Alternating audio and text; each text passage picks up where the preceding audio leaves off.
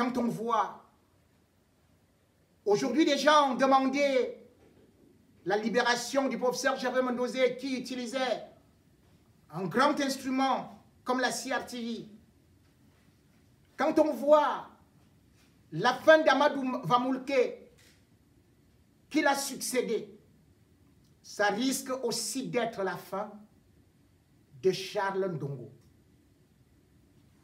Oui, pour l'humanité. Parce que chacun doit payer s'il a commis des péchés, s'il a détourné. Chacun peut être condamné, mais on peut aussi aménager des peines. C'est pour cela que Mamadou Mota a par exemple demandé que Gervais Mondosé, en tant qu'ancien ministre, puisse pouvoir bénéficier d'une évacuation. Parce qu'il n'est pas normal qu'on évacue certains ministres sans évacuer aussi le professeur Gervais Mondosé. Il faudrait quand même qu'il y ait une égalité.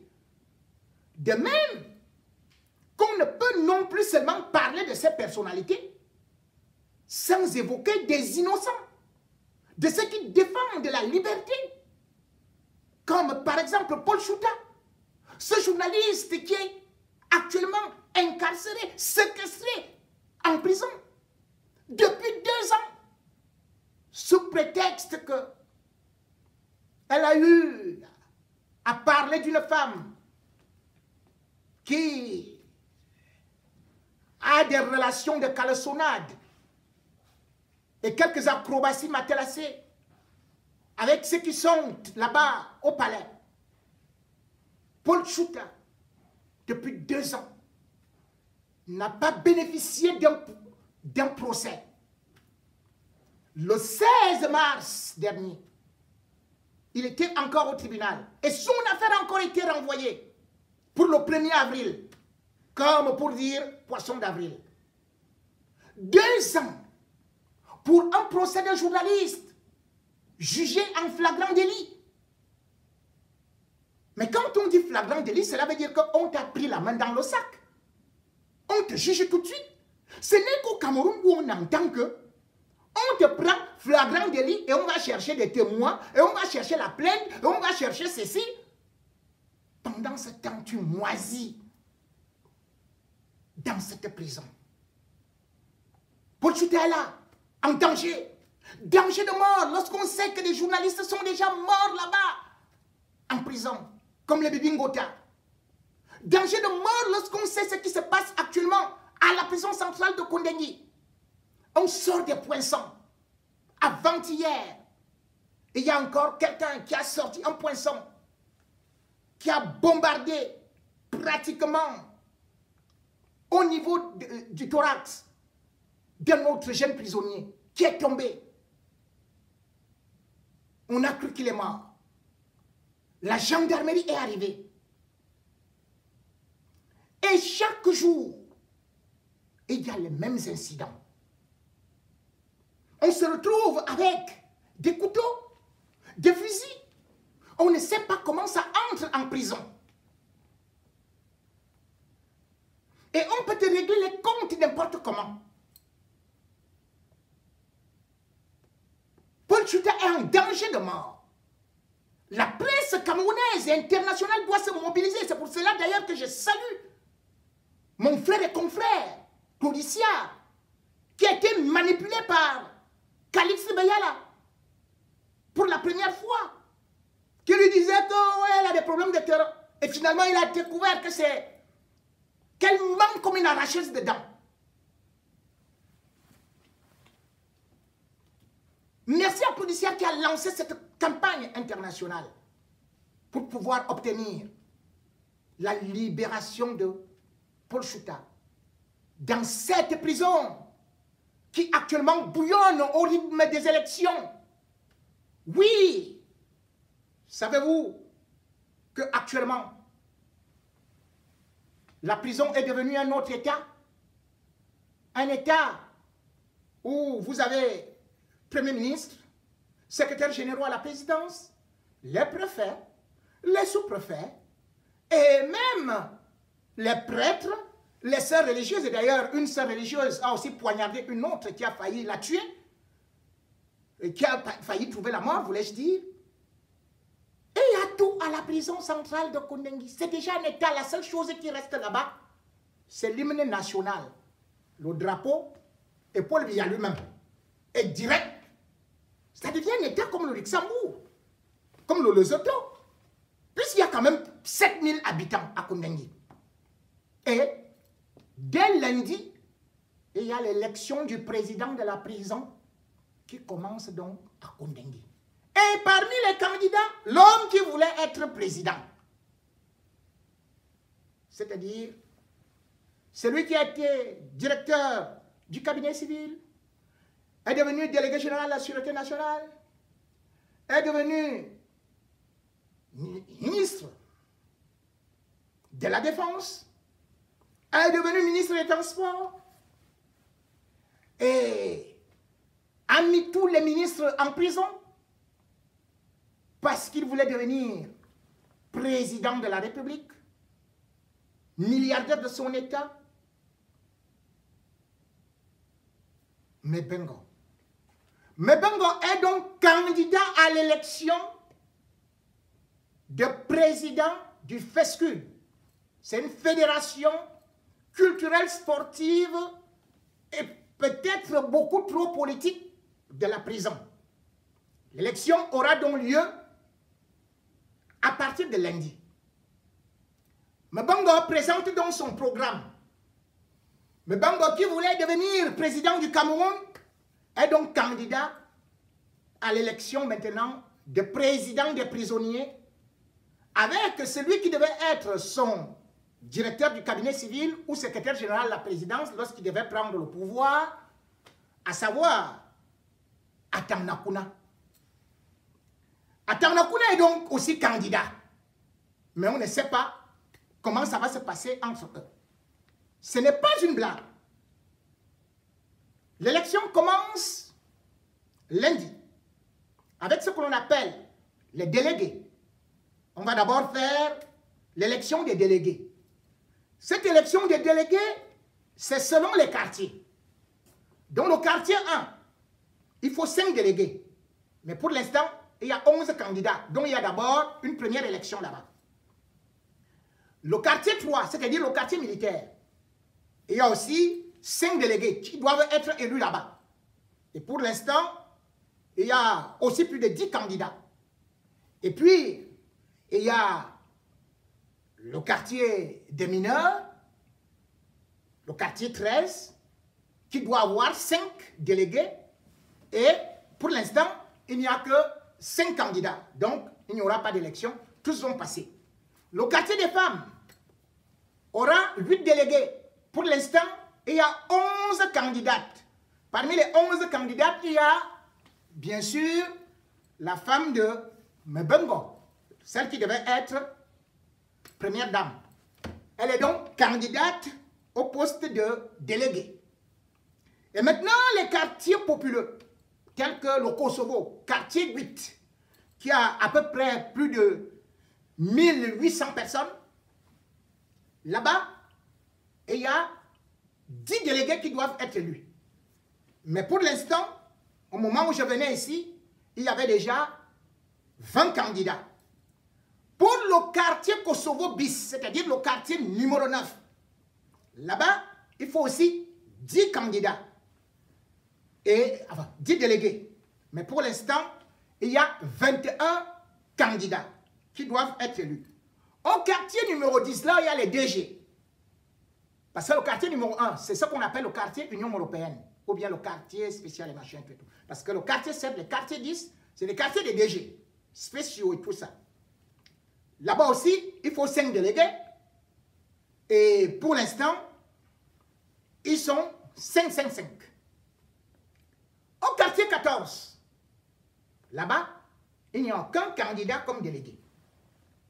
Le quartier 14, c'est lequel? C'est là où se trouvent donc les Mebengo, les Atam Nakuna, et bien sûr, Atam Mabara, je vais m'endoser. Sauf que au dernier gouvernement, il y avait, bien sûr, Gervais Mondosé. Il était dans l'ancien gouvernement des prisonniers. Il y avait aussi le docteur Nguinefa, qui était le directeur général de la SD, voilà. Voilà. Et puis, la Société des hydrocarbures, voilà. Il est malade actuellement. Mondosé est malade actuellement. Atan Mabara est malade actuellement. Tous sont dans les hôpitaux. Donc, ils sont écartés. Ceux dont les candidatures ont déjà donc été déposées officiellement, il s'agit de, c'est-à-dire maintenant, pas comme délégué, maintenant président. Parce que ce sont les délégués qui vont élire le président. Parce qu'à Kondengui, ça fonctionne comme un État. Hein. Il y a ce qu'on appelle chefs locaux. Donc dans chaque cellule, il y a ce qu'on appelle chef local. Il y a ce qu'on appelle monsieur le maire. Donc dans chaque quartier, il y a un maire. Dans chaque quartier, il y a un commissaire. Dans chaque quartier, il y a un coordonnateur. Donc si vous ne connaissez pas le coordonnateur, c'est ce qu'on appelle gouverneur. Comme Paul Biya aussi nomme les gouverneurs. À Kondengui, il y a aussi les gouverneurs. Donc, mais Bango veut gérer les gouverneurs, les sous-préfets, les ceci, etc. Voilà Kondengui. Hein? Je vous dis que mais Bango transpire là-bas pour faire la campagne. Il a les gros documents, il a les enveloppes, même comme il est chiche là. Il appelle les gens au bureau. Et le problème, c'est quoi? C'est que si l'élection se passait normalement, il ne pourrait jamais être élu puisqu'il n'est pas populaire. Mais sauf que l'élection est gérée par qui? Par Atangna, du Conseil constitutionnel. Il y a un Atangna là-bas, hein, en prison, c'est l'intendant. Donc, pour être candidat comme président, dès que vous venez avec votre candidature, que vous êtes du Kosovo, là où les gens sont nombreux, ils peuvent vous élire. Il dit, irrecevable. Donc, il y a un Atangna en prison qui lui aussi dit, irrecevable. Donc, les seuls dossiers qui ont été reçus, c'est Mbongo et Atangna Kuna. Tous les autres là, on a éliminé leur dossier. Et vous allez vous poser des questions. Mais pourquoi devenir président en prison? La réalité, c'est quoi? C'est qu'en prison, lorsque vous êtes président des prisonniers, vous avez la possibilité d'aller à l'extérieur, dire que vous partez rencontrer les ONG, dire que vous partez chercher des dons pour les prisonniers. Mais en réalité, c'est une façon de vous accorder la liberté. Vous pouvez aller dormir avec des femmes au quartier. Oui, le président de la FESCOUD, le président de la Fédération des prisonniers, il ne dort pas à Kondengui. Voilà le vrai enjeu. Donc c'est une liberté. Vous dormez chez vous, après vous partez voir soit un cousin, vous sortez vous-même votre argent. Le jour où vous revenez en prison, vous dites, monsieur le régisseur, je suis venu faire un don avec quelqu'un. Vous entrez, après vous dites, voici le bœuf. Puisque depuis qu'ils sont là, président et tout, il n'y a ni du savon, ni nourriture, ni rien. Ils vont uniquement pour boire au quartier, dormir avec des femmes et même voyager. Donc c'est très dangereux ce qui est en train de s'organiser à la prison en ce moment. Parce que imaginez que Atangna Kuna est élu. Vous le savez très bien qu'Atangna Kuna avait une interdiction de sortir du pays.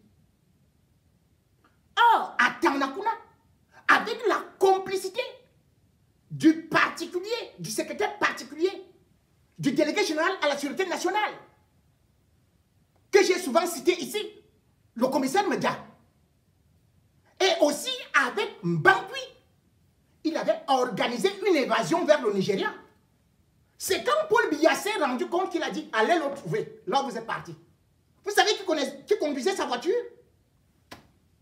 C'était le particulier du colonel Mbankwi.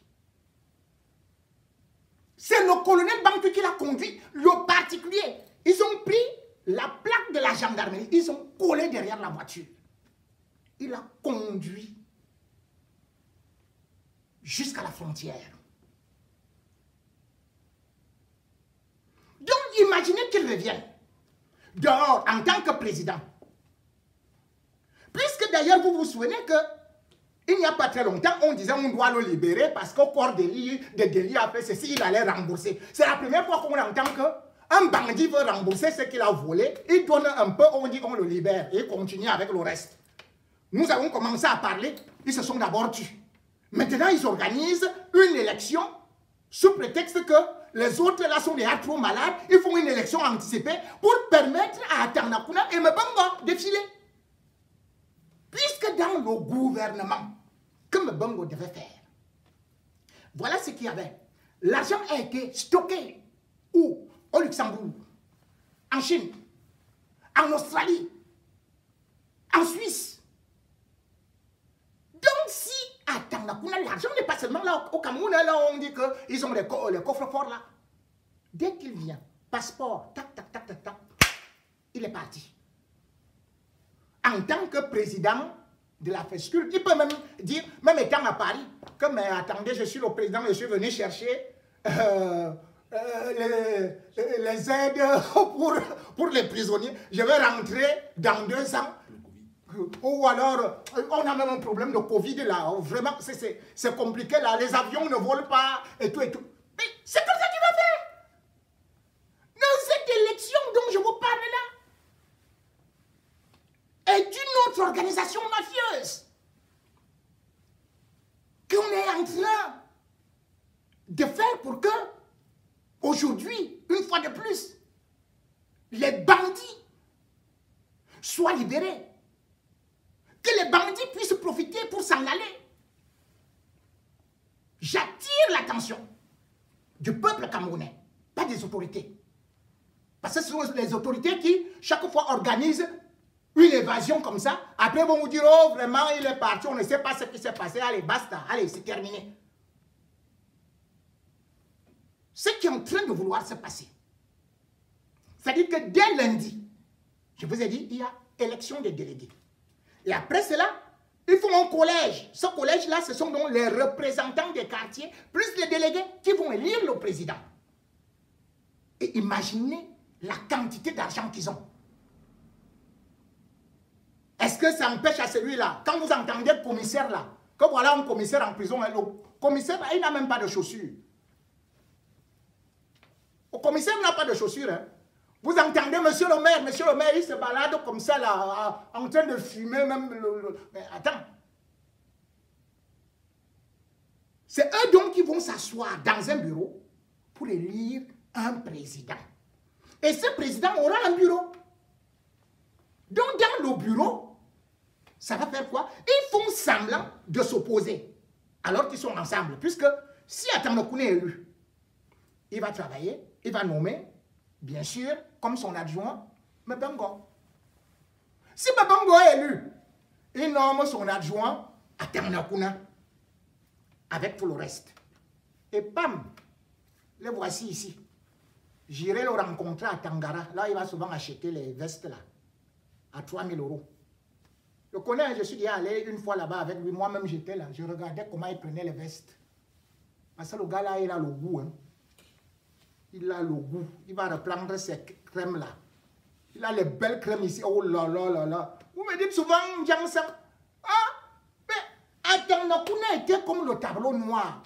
Le gars là, aïe, l'argent est bien. Le gars là est devenu métis. Non, blanc.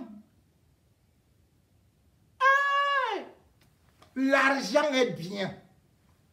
Donc le nouveau président des prisonniers, c'est donc entre Mbongo et Atanakuna.